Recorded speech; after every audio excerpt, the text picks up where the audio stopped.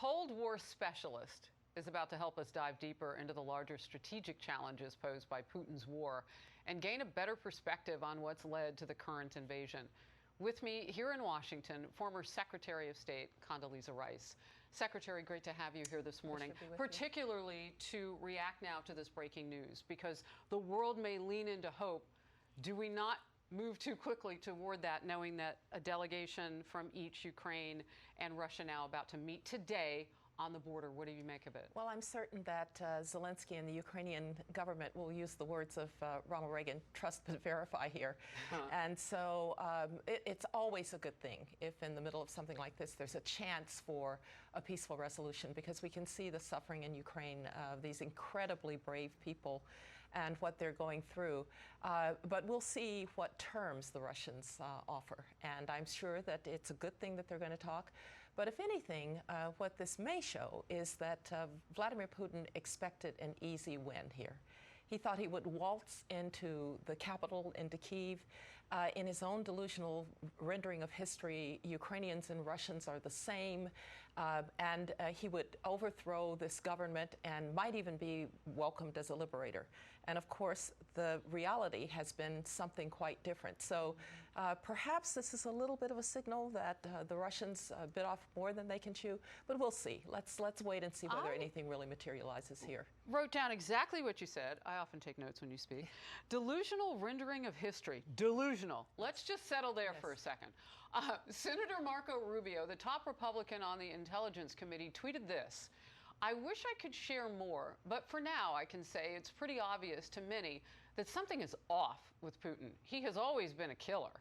But his problem now is different and significant. It would be a mistake to assume that Putin would react the same way he would have 5 years ago." You met with Putin at least a half a dozen times. Yeah.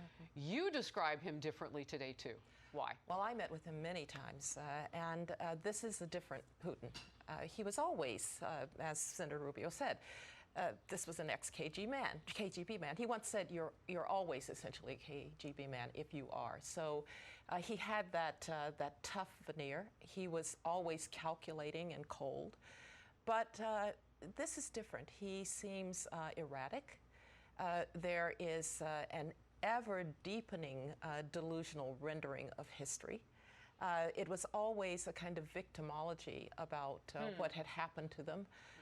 But now it goes back to blaming Lenin for the foundation of Kiev in the Russian, of Ukraine. So he's descending into something that I personally haven't seen before. So I want to ask you now about what keeps you up at night with regard to that, because there is this worry among generals with whom I've talked with, and they do worry because nobody wants, no matter how great they are at their jobs, nobody wants a world war. But that Putin would do something at this point that he might not have done a few years ago in terms of more of a land grab, the Baltics, for instance. And because of Article 5 with NATO, what does that mean for us? We get involved in a war. We can't go to war with a nuclear power. But does he care about that anymore? Well, I don't know where he is in that dark world, but I will say this. We have to make sure that he really understands that the cost would be extraordinary to try to cross an Article 5 line. An attack upon one is an attack upon all. And so the Baltic states are indeed protected under that guarantee by the United States of America. If he meets the kind of resistance that he is meeting in Ukraine, if he can't get an easy win, if it looks like he's not going to achieve his objectives, there is a chance that he pulls up. But I want to make sure that he does. I want to make sure that he doesn't decide that Kaliningrad, which is a Russian territory that is cut off by the Baltic states, is his next way to connect Kaliningrad back to Russia. That would involve the territory of the Baltic states. So what we're doing in reinforcing NATO forces in the Baltics and in Poland, NATO's eastern flank, if you will, this is the way to make sure that he knows the cost would be very high. So, you know, it's interesting that you point that out, because we saw the troop buildup on our own end. They put together that NATO fighting force to go to Germany, put more there, put more in, you know, and we already had 3,000 in Poland. A lot of that is a humanitarian effort in helping those people who are making it across the border now. But what about war crimes? I talked with former Secretary of State for Trump, Mike Pompeo, on Friday, and he was saying, look, you can put together now something. He's hitting a NICU, a neonatal unit, a hospital with those babies in it. We know that he's hitting targets that he shouldn't be. And I say him via his military. He's got 200,000 troops on the ground. Well, they're certainly committing acts that are, let's say, close to the line in that regard. But I would like to put that aside for now. Let's look after the entire campaign is over. Because right now, what we need to concentrate on is getting further armament to the Ukrainians. I was tremendously heartened by the Germans now removing their objections, talking about increasing their defense spending beyond 2%. European countries are closing their airspace to the Russians. You've been covering the protests that are going on around the world. Yes. The Ukrainian grandmothers who are saying to Russian soldiers, I'm going to put sunflower seeds in your pocket so that when you die on Ukrainian soil, they can pop up on your grave. I mean, this is not what Putin imagined. So let's concentrate right now on making sure that he pays the highest cost for what he's already done. And by the way, if we continue to reinforce American forces, and we're now not, these are not humanitarian that are going in, these are so-called heavy brigades. These are heavy brigades. Yes. Air power. Now he's looking, he also has to look at, I don't want to take on the United States of America. And so I think this is the right thing to do. And we'll turn later to further punishment for what the Russians have already done. Well, and I have argued that when you invade a sovereign nation, that is a war crime. I mean, I think we're at just a real basic point there. Well, I'd agree. It is certainly against every principle of international law and international order. And that's why throwing the book at them now in terms of economic sanctions and punishments is also a part of it. And I think the world is there. Certainly NATO is there. He's managed to unite NATO in ways that I didn't think I would ever see again after the end of the Cold War. Really? Yeah. Yeah. We're not having, we may have little tactical differences about doing this or doing that, but I can't emphasize enough seeing the Germans be among the first to come out and say, yes, we should do the swift removal. Yes, we're going to increase our spending beyond 2%. Yes, Netherlands and others, you can transfer German weapons. And by the way, we'll transfer some on our own. He has stirred up a hornet's nest.